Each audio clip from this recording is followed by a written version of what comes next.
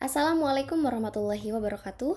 Halo semua, perkenalkan saya Nur Aini dengan NIM 05624731 dari Prodi Sistem Informasi UPPJJ Bandung.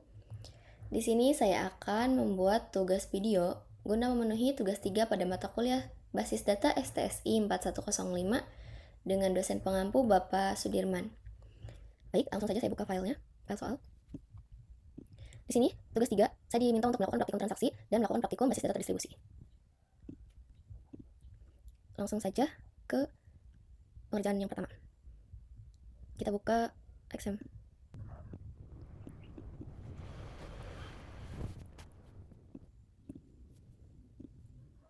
Langsung masuk ke PHP Admin. Di sini sebenarnya sudah ada database rumah sakit yang dikerjakan pada tugas 2. Pada tugas 3 ini, untuk bagian A, saya diminta untuk melakukan praktikum transaksi data. Untuk melakukan praktikum transaksi data, kita harus memastikan bahwa tipe dalam database yang tabel ini InnoDB atau BDB atau BigQuery DB untuk mendukung storage engine. Kemudian, saya akan langsung melakukan transaksi.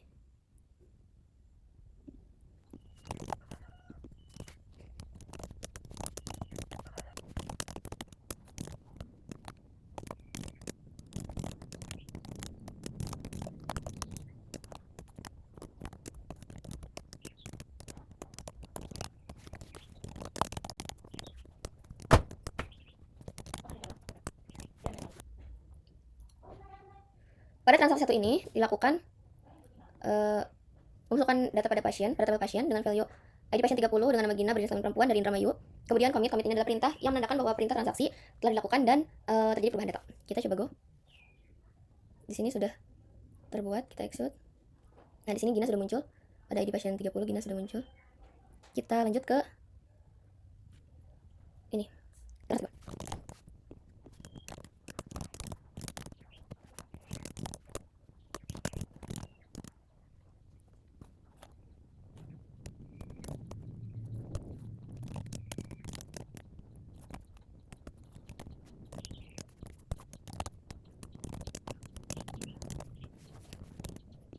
Nah, pada transaksi 2 ini dilakukan update data pada nama pasien menjadi Hana pada ID pasien 30 yaitu yang tadi namanya Gina.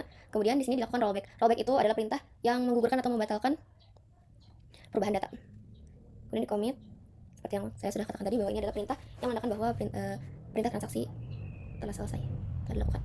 Kemudian kita go. Kita execute. Nah, pada ID 30 tadi kan dilakukan update data dengan menjadi nama Hana. Tapi karena dilakukan rollback atau pengguguran perubahan data, maka di sini tetap namanya Gina pada ID pasien 30.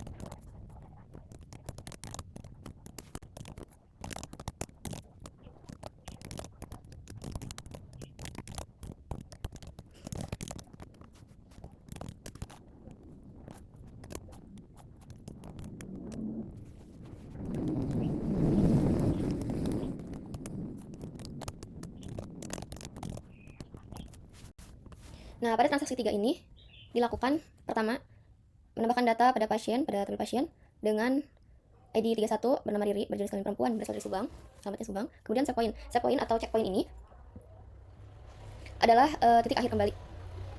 Jadi tempat di mana titik akhir kembali gitu. Kemudian dimasukkan lagi data pada pasien dengan ID 12 bernama Rina berjenis kelamin perempuan dari Subang juga. Kemudian dilakukan rollback 2.1. Jadi dikembalikan ke save point 1 ini. Jadi kemungkinan nanti hasilnya seharusnya untuk yang Riri masuk, tetapi yang Rina rollback atau batal. Jadi tetap nanti yang masuk poin 1. Kemudian dilakukan dimasukkan data lagi pada pasien dengan ID pasien 32 bernama Hak berjenis kelamin laki-laki yang beralamat di Cirebon. Kemudian dilakukan perintah commit dan kita coba go. Kita execute. Nah, pada transaksi 3 ini untuk Riri di sini masuk. Kemudian untuk Rina, karena dilakukan rollback, jadinya gugur. Data atas nama Rina gugur. Kemudian yang ketiganya, masukkan data pasien bernama Hak. Di sini ada Riri dan Hak. Nah, langsung sekarang kita menambahkan tabel sesuai dengan panduan atas nama obat. Kemudian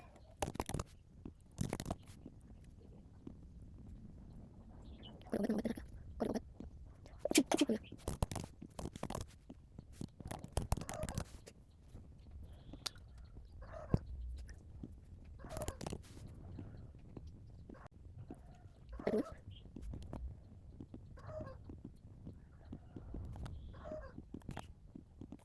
Ini sudah kita cek. Kemudian kita buat tabel transaksi obat.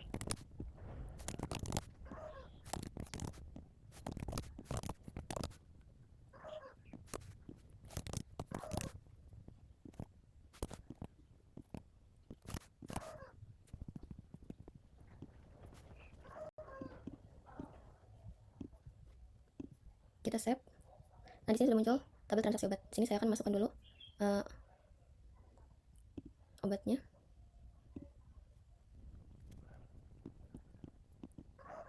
Sesuai dengan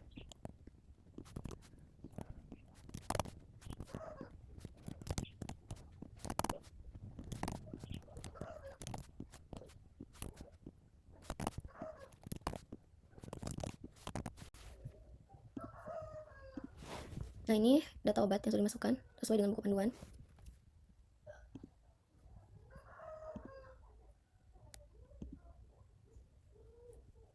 Kita lihat. Nah, di sini sudah masuk datanya. Kemudian, karena ada penambahan tabel, kita ke desain. Nah, di sini ada tabel baru.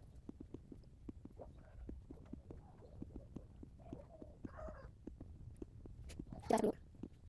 Nah, pada transaksi obat, pada ID pasien dan ID obat belum ditambahkan indeks. Kita kembali lagi ke desain.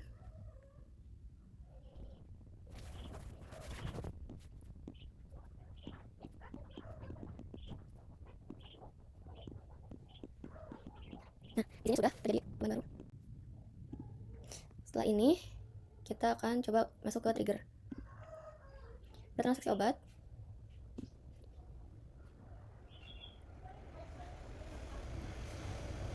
Kita buat triggers. Di sini namanya TG jual. Transaksi obat. Update obat.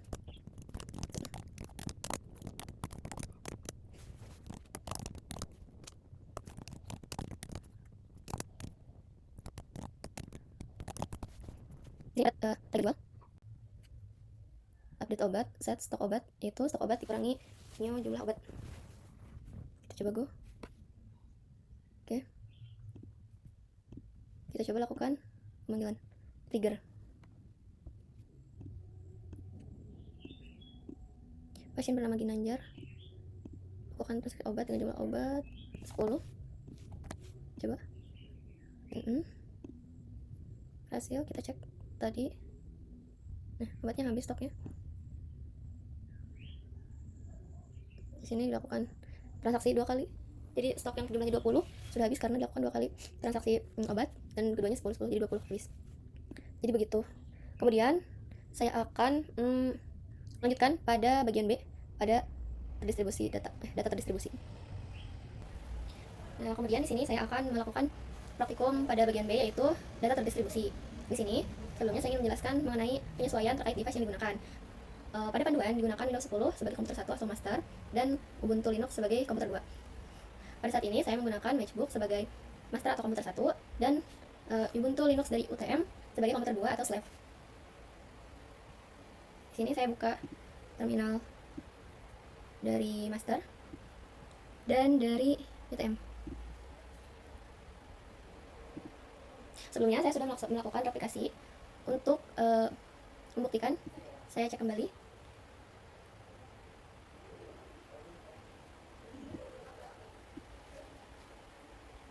Berhubung menyambung pada pengerjaan tugas yang bagian A mengenai transaksi data, di bagian B ini saya akan melakukan data terdistribusi dengan database yang sama, yaitu rumah sakit, dan isi database yang sama.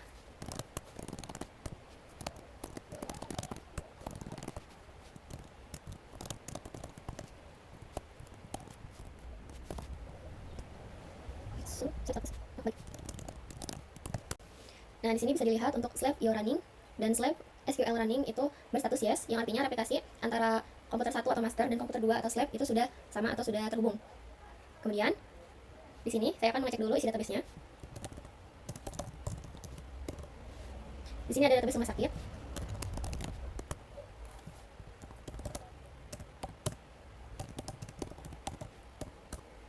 Nah, bisa kita lihat pada kolom pasien, pada data pasien itu terdapat banyak nama pasien, ID pasien, jenis kelamin, dan alamat pasien yang sudah terupdate dari transaksi pada pengerjaan tugas 3 bagian 1, bagian A. Kemudian untuk menyamakan apakah database yang ada pada slave dan master sama, saya akan coba buka di terminal Mac.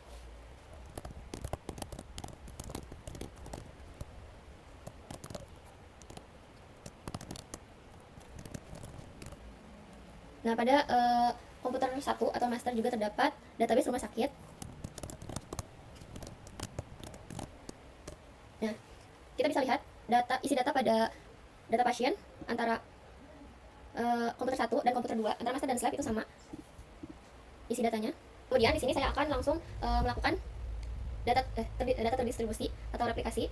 Di sini saya akan masukkan penambahan data pada data pasien melalui komputer 1 atau master.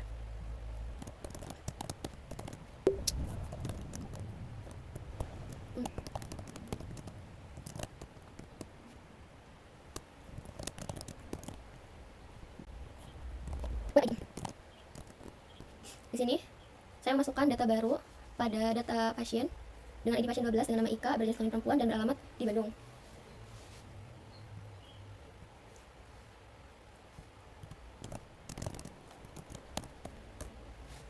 Kita bisa lihat di sini pada data pasien secara keseluruhan bertambah. Di sini ada Ika yang baru saya ditambahkan tadi. Untuk membuktikan apakah perubahan data yang terjadi pada master teraplikasi pada slave, sini saya akan buka kembali data pasien pada slave. Nah, di sini terjadi perubahan data pada yang sebelumnya tidak ada ID pasien dengan nomor 12, sedangkan data terbaru yang masuk terinput dari master masuk pada slave, terdapat data baru yang dimasukkan. Kemudian saya akan menguji replikasi dengan update.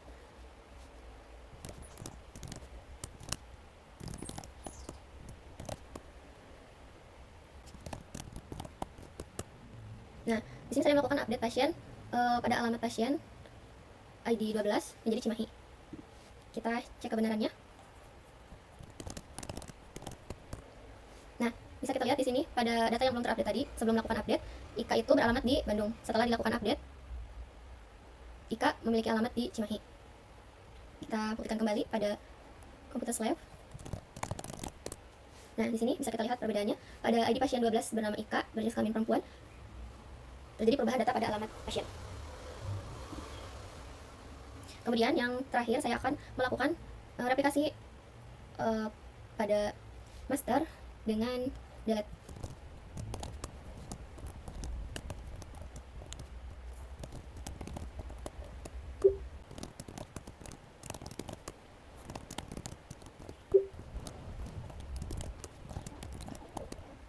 Di sini delete from pasien pada ID pasien 12 berhasil dilakukan, tapi kita buktikan terlebih dahulu.